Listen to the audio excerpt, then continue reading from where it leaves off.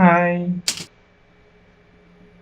video ini dipersembahkan oleh Rapandu Azmi, Faizi Rahman, Ujang Hendrawan, Fadil Andara, dan Muhammad Farhan Farizal.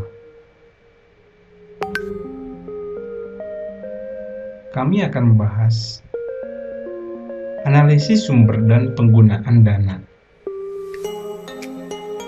Apakah analisis sumber dan penggunaan dana itu penting? Analisa sumber-sumber dana dan pengalokasian dana merupakan alat finansial yang sangat penting bagi manajer keuangan. Tujuan dari analisa sumber aliran dana tersebut adalah untuk mengetahui bagaimana dana digunakan dan bagaimana kebutuhan dana tersebut dibelanjai. Dengan kata lain, analisa aliran dana itu akan dapat diketahui dari mana datangnya dana dan untuk apa dana itu digunakan. Suatu laporan yang menggambarkan dari mana datangnya dan untuk apa dana itu digunakan, laporan itu disebut dengan laporan sumber-sumber dan penggunaan dana. Dan laporan sumber-sumber dan penggunaan dana merupakan suatu laporan yang menggambarkan dari mana datangnya dan untuk apa dana itu digunakan. Laporan sumber-sumber penggunaan dana suatu perusahaan sangat penting artinya bagi bank dalam menilai permintaan kredit. Dengan mengadakan analisa terhadap laporan, dapat diketahui bagaimana perusahaan itu menggunakan dana yang dimilikinya. Jenis laporan keuangan selain neraca, laporan laba rugi, dan laba yang ditahan adalah laporan sumber dan pengalokasian dana. Dana dalam aliran kas. Pengertian dana aliran kas itu yaitu menggambarkan suatu ringkasan sumber dari penggunaan kas selama periode yang bersangkutan. Penggunaan kas disusun untuk menunjukkan dari mana sumber-sumber kas dan penggunaannya. Laporan perubahan kas dapat digunakan untuk menaksir kebutuhan di kas di masa mendatang dan kemungkinan sumber-sumber yang ada dan sebagai bahan dasar perencanaan dan peramalan kebutuhan kas atau di masa yang akan mendatang.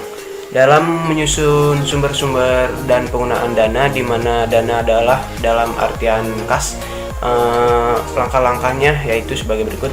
Yang pertama, ada menyusun laporan perubahan neraca yang menggambarkan perubahan masing-masing elemen neraca antara dua titik waktu yang akan dianalisa, baik bulan maupun tahunan, dan memisahkan elemen yang memperbesar kas dan elemen yang memperkecil kas. Mengelompokkan yang kedua itu ada mengelompokkan elemen-elemen dalam laporan laba rugi atau laporan laba ditahan ke dalam golongan yang memperbesar kas dan golongan yang memperkecil jumlah kas. Yang ketiga, menyusun laporan sumber dan penggunaan kas dengan mengadakan konsolidasi dan informasi tersebut ke dalam laporan sumber-sumber dan penggunaan dana. Dari laporan perubahan neraca dan laporan laba rugi, elemen-elemen yang memperbesar kas disebut sumber-sumber dana ialah yang pertama, berkurangnya aktif palancar selain kas. Berkurangnya aktif palancar selain kas ini dapat dibagi menjadi tiga, yaitu berkurangnya barang, yang kedua berkurangnya piutang, yang ketiga berkurangnya surat-surat berharga. Terus berkurangnya aktiva tetap. Yang berkurangnya aktiva tetap juga dibagi menjadi dua, yaitu berkurangnya aktiva tetap bruto, berarti sebagian aktiva tetap harus dijual dan hasil penjualannya merupakan sumber dana. Yang kedua itu ada berkurangnya aktiva tetap neto, berarti adanya depresiasi dalam tahun yang bersangkutan. Yang ketiga ada bertambahnya setiap jenis utang, berarti bertambahnya utang yaitu utang lancar, utang jangka panjang, berarti terjadi penambahan dana yang diterima oleh perusahaan yang bersangkutan. Yang keempat, bertambahnya modal, disebabkan adanya emisi saham baru dan hasil penjualan saham baru tersebut merupakan sumber dana. Yang kelima, adanya keuntungan dari operasi perusahaan. Apabila perusahaan mendapatkan keuntungan neto dari operasinya, berarti bahwa ada tambahan dan bagi perusahaan yang bersangkutan. Elemen-elemen dari laporan perubahan neraca dan laporan rugi laba yang memperkecil kas.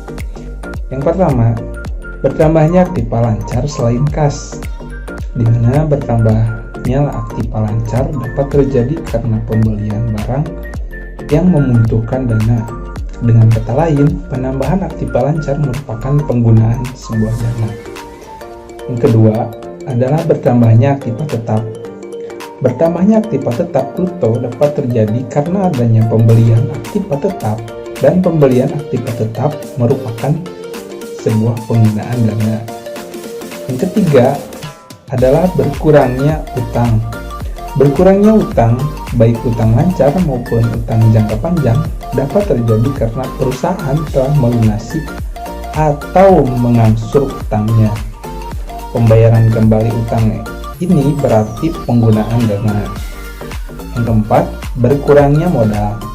Berkurangnya modal dapat terjadi karena pemilik perusahaan mengambil kembali atau mengurangi modal yang tertanam dalam perusahaan tersebut, di mana berkurangnya modal berarti berkurangnya dana. Ini berarti bahwa penggunaan modal itu merupakan sebuah penggunaan dana. Yang kelima adalah pembayaran kas dividen. Pembayaran kas dividen merupakan penggunaan dana, di mana kas dividen ini dibayarkan dari keuntungan neto sesudah pajak. Yang keenam, ada kerugian operasi perusahaan, di mana kerugian ini timbul selama periode tertentu yang dapat disertai dengan berkurangnya aktiva atau bertambahnya utang. Sebenarnya bertambahnya utang merupakan sumber dana, tetapi dengan adanya kerugian, dengan demikian maka dapat disimpulkan bahwa itu merupakan sebuah penggunaan dana. Contoh laporan sumber-sumber dan penggunaan kas. Ini adalah salah satu contohnya ya dari PT Mutiara. Berikut ini adalah laporan keuangan PT Mutiara berupa neraca periode 31 Desember 2008 dan 2009 beserta perubahannya. Ini ada tabelnya ya. Nah, dari tabel tersebut selama tahun 2009 perusahaan PT Mutiara mendapatkan keuntungan neto sesudah pajak sebesar Rp1.600.000 dan dibayarkan secara kas dividen sebesar Rp800.000. Nah, dari contoh neraca di atas kemudian dapat dibuat laporan sumber-sumber dan penggunaan kas. Berikut ini adalah contoh laporan tersebut. Nah, ini contohnya ya, bisa dilihat dari laporan penggunaan dana tersebut terlihat bahwa penggunaan dana adalah untuk menambah mesin, penambahan tanah, dan pembayaran kas dividen. Berikut ini adalah sumber dana tersebut berasal dari keuntungan neto dan depresiasi atau internal source dan utang jangka panjang atau obligasi. Pertama itu adalah dari keuntungan neto dibayarkan sebesar Rp800.000, 50%. Sisa keuntungan neto sebesar Rp800.000. Dalam kurung 1.600.000 dikurangi 800.000. Sisa keuntungan tersebut merupakan modal sendiri. Yang kedua, dana yang digunakan untuk pembelian tanah berasal dari modal sendiri, itu sebesar Rp800.000 dan sisa dibelanjai dengan utang jangka panjang. Yang ketiga, tambahan mesin meliputi 1 juta dan dapat dibelanjai dengan utang jangka panjang dan depresiasi. Nah, dari analisa sumber-sumber dan penggunaan dana PT Mutiara dapat disimpulkan bahwa perusahaan menggunakan dananya dalam tahun 2009 sebagai besar untuk ekspansi dalam bentuk pembelian mesin dan tanah. Dana dalam aliran modal kerja. Nah, seperti yang diuraikan sebelumnya, sering pula perusahaan menyusun laporan sumber dan penggunaan dana atas modal kerja, atau sering disebut pula laporan sumber dan penggunaan modal kerja.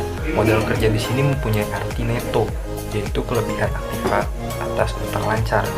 Nah, penggunaan modal kerja itu menggambarkan ringkasan sumber dan penggunaan modal kerja dan perubahan unsur-unsur modal kerja selama satu periode yang telah ditentukan. Karena modal kerja yang digunakan neto, maka perubahan elemen modal kerja itu tidak mempengaruhi besarnya modal kerja.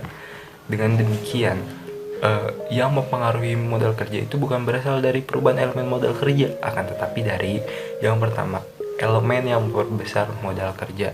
Elemen yang memperbesar modal kerja ini contohnya seperti penyusutan, keuntungan dari operasional perusahaan, berkurangnya aktiva tetap, dan lain-lain.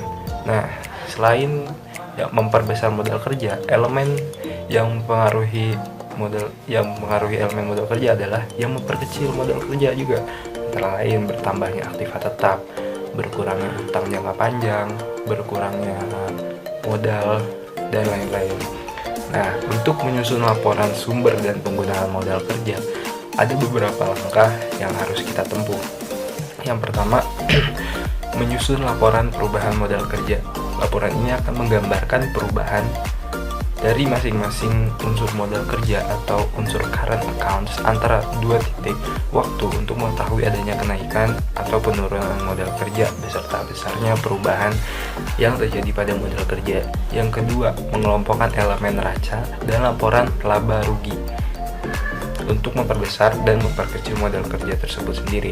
Yang ketiga, yang terakhir, berdasarkan informasi tersebut yang telah diperoleh, maka dapat disusun laporan sumber dan penggunaan modal kerja dengan mengkonsolidasikan juga perubahan-perubahan yang terjadi, baik itu naikan atau turunan. Sekian dari kelompok kami mengenai analisis sumber dan penggunaan dana. Terima kasih atas perhatiannya. Saya kira mohon maaf apabila banyak kekurangan dari kelompok kami. Sekian, wassalamualaikum warahmatullahi wabarakatuh.